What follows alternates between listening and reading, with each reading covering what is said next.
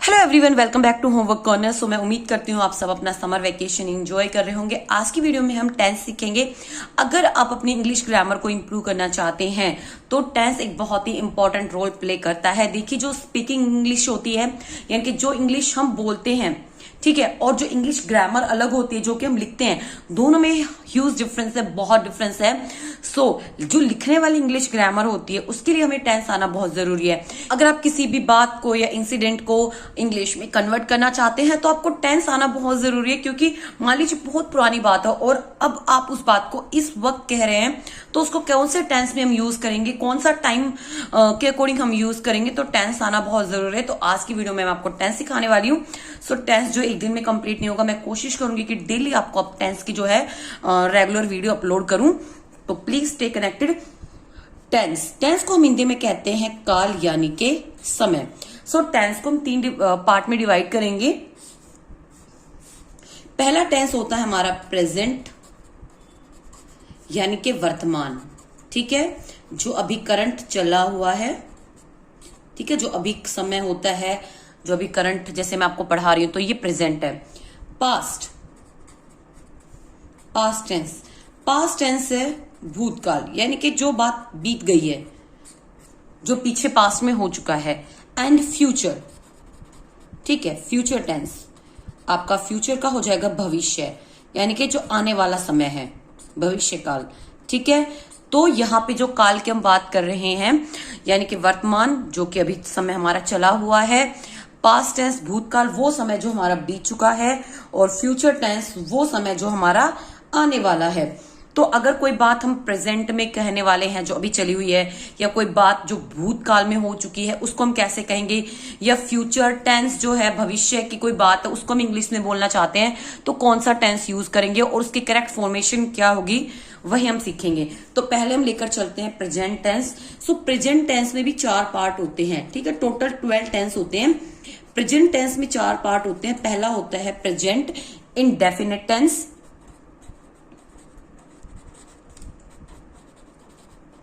Indefinite tense. Second होता है present continuous, present continuous tense. Third होता है प्रेजेंट परफेक्ट, और फोर्थ होता है प्रेजेंट परफेक्ट कॉन्टिन्यूअस।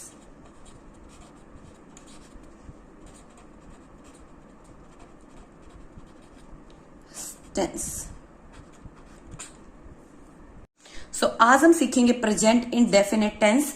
इसको हम प्रेजेंट सिंपल टेंस भी बोलते हैं। यहाँ पे UOUS आएगा, यहाँ पे भी NOUNUOUS आएगा, ओके। ये एक्चुअल में कॉन्टिन्यूअस की स्पेलिंग ये होती है, करेक्ट। सो आज हम पढ़ेंगे प्रेजेंट इंडेफिनिट टेंस। इसको हम सिंपल प्रेजेंट भी बोलते हैं, ठीक है। सो इसी तरीके से जैसे हमारा प्रेजेंट के 4 टेंस हुए, इसी तरीके से पास्ट के भी 4 टेंस होते हैं और फ्यूचर के भी 4 टेंस होते हैं। जहां पे प्रेजेंट लिखा है वहां पे past indefinite tense, past continuous tense, past perfect और पास्ट परफेक्ट कॉन्टिन्यूअस। इसी तरीके से future indefinite tense, future continuous, future perfect और फ्यूचर परफेक्ट कॉन्टिन्यूअस टेंस। इस तरीके से टोटल 12 टेंसेस होते हैं। तो हमारी जो ये वीडियो है, मतलब 11 वीडियोस और आएंगी, डेली एक टेंस मैं आपको कराने वाली हूं। आज हम करेंगे सिंपल प्रेजेंट टेंस। देखिए, मैं आपको यहाँ पे हिंदी और इंग्लिश दोनों में एक्सप्लेन करूंगी।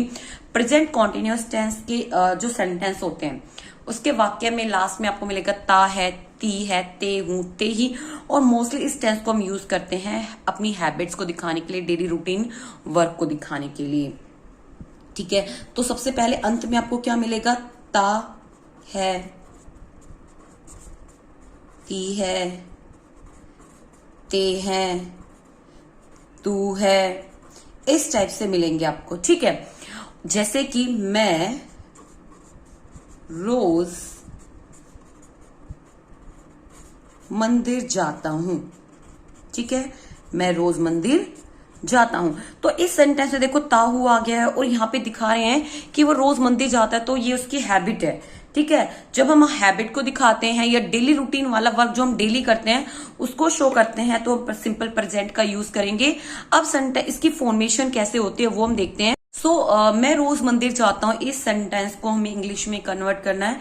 तो रूल्स क्या है, कैसे करेंगे? सबसे पहले आएगा सब्जेक्ट, ठीक है, उसके बाद आएगा वर्ब, वर्ब की फर्स्ट फॉर्म, और इसके साथ लगेगा एस या ईएस।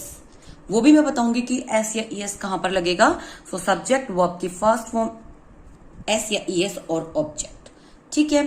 सो ये है सेंटेंस हमारा पॉजिटिव वाला, जहां पे हम नेगेटिव यूज नहीं कर रहे हैं, जहां पे ना वाला सेंटेंस नहीं है, सिंपल सेंटेंस है। सो सबसे पहले सब्जेक्ट कौन है जो काम कर रहा है? तो यहाँ पे मैं ही जा रहा हूं ना मंदिर, तो आई, मैं को इंग्लिश में क्या कहेंगे? आई, ठीक है। अब है वर्ब। अब यहाँ पे वर्ब कौन सी है, यानी कि क्रिया। तो डेली काम जाने का हो रहा है ना, सो इसको हम क्या लिखेंगे? गो, आई गो। गो के साथ हमेशा टू आता है, आई गो टू। अभी कहां जा रहा है? ऑब्जेक्ट क्या है?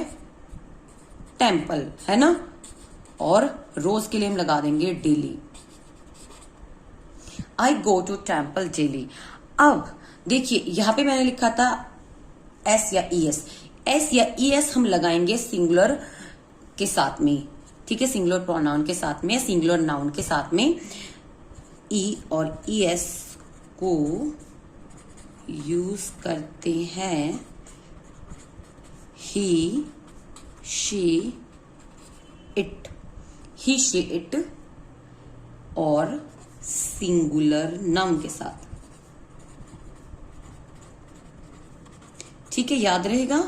बाकी जो है आई, वी, यू, दे के साथ नहीं यूज करेंगे, के साथ एस या ईएस नहीं आएगा, ठीक है। ये ध्यान रखिएगा कि एस या ईएस को हम यूज करेंगे ही, शीट के साथ, और वो भी वर्ब में लगाएंगे। सो आई गो टू टेम्पल डेली। अगर इसी को हमें नेगेटिव में बनाना होता तो हम क्या लिखते? सो हम लिखते हैं नेगेटिव में आई डू, और फिर नॉट लगाते, I do not go to temple daily. अभी आप बोलोगे मैम यहां पर डू क्यों आ गया, है ना। सो देखिए जब हम नेगेटिव लिखेंगे या क्वेश्चन वाले सेंटेंस लिखेंगे किसमें? सिंपल प्रेजेंट में, तो हम डू और डज का यूज करेंगे। अब वही डू किसके साथ आएगा? आई, वी, यू, दे के साथ हम डू का यूज करेंगे। मैं लिख देती हूँ, और यहां पे हम यूज करेंगे डज का। किसका यूज करेंगे? डज का, ठीक है। ही, शीट के साथ हम डज का यूज करेंगे, और आई, वी, यू, दे के साथ हम डू का यूज करेंगे। I do not go to temple daily. अगर इसी सेंटेंस को मुझे इंटेरोगेटिव में चेंज करना होता, यानी कि मैं क्वेश्चन पूछती क्या मैं डेली मंदिर जाता हूं, तो मैं क्या पूछती? डू, ठीक है। पहले हम डू लिखते, do I go to temple daily, क्या मैं डेली मंदिर जाता हूं, ठीक है, हो गया। अभी इसी सेंटेंस को अगर हम आई की जगह ही में चेंज करें कि वह रोज मंदिर जाता है, चलो मैं कुछ और सेंटेंस लेती हूं, वह डेली क्रिकेट खेलता है, ठीक है। मैंने क्या लिखा? वह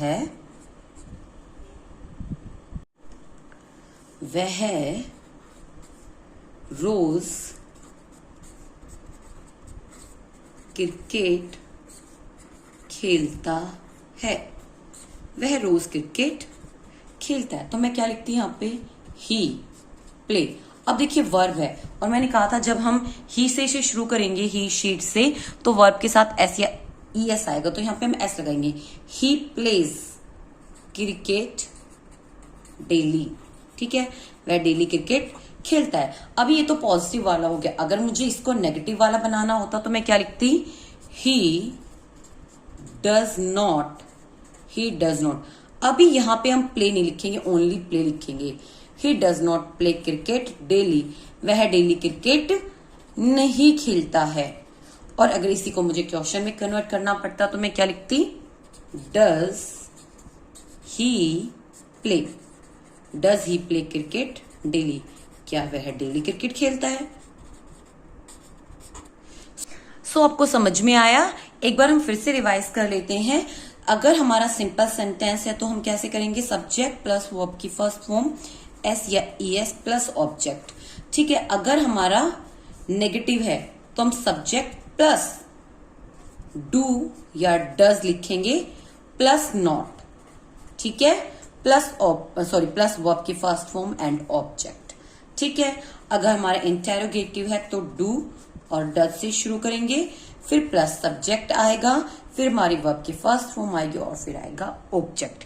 ठीक है, और ये भी याद रखिएगा एस या ईएस हम लगाएंगे ही, और यहां पे मैं ये भी लिख देती हूँ डज एस या ईएस यूज करेंगे ही शी, और इट या सिंगुलर नाउन के साथ। जैसे कि मान लीजिए राधा है, अब राधा तो एक ही पर्सन का नेम है ना वहां पे राधा, तो सिंगुलर नाउन हो गया। और डू और एस या ईएस नहीं यूज करेंगे, लेकिन डू किसके साथ यूज करेंगे? आई वी यू और दे के साथ में। ठीक है, तो चलो एक सेंटेंस और हम कर लेते हैं। कोई भी एक सेंटेंस मान लीजिए मैं खाना खाता हूं, ये तो बहुत सिंपल है। मैं रोज 3 घंटे पढ़ता हूं, या इसमें हम यूज कर सकते हैं वह रोज 3 घंटे पढ़ता है। कैसे बनाएंगे? वह के लिए यूज करेंगे ही और मैं के लिए यूज करेंगे आई, ही। उसके बाद क्या लिखा था हमने? वर्ब की फर्स्ट फॉर्म।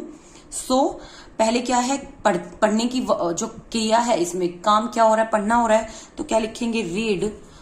अब ही के साथ हम लगाएंगे एस, ही रीड्स, और इसके साथ हम लिखेंगे रीड ओनली।